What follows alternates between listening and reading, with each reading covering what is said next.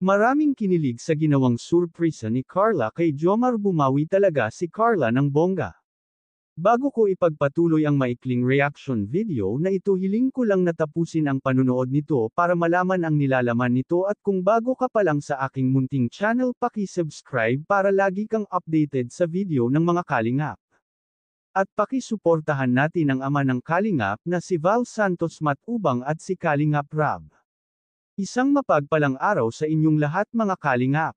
Muli na naman natin bibigyan ng maiksing reaction itong pag-uusap ni Jomar at Carla.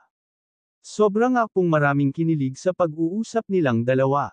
Bagamat man na nakikita natin si Carla na parang asiwa pa rin pag nakakaharap niya si Jomar.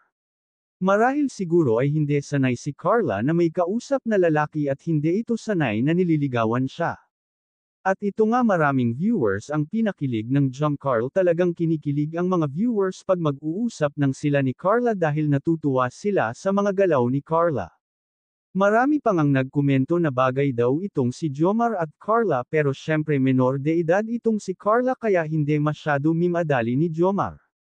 Hindi inaasahan ni Jomar na may surpresa itong si Carla sa kanya. Nagulat nga ito sa ginawa ni Carla at may ginawa pa itong mensahe para kay Jomar. Mensahe ni Carla labis nagpatulala kay Jomar. Halos walang naisagot si Jomar at hindi niya alam kung ano ang kanyang isasagot. Pagsusungit ni Carla noon, bumawi naman siya ngayon.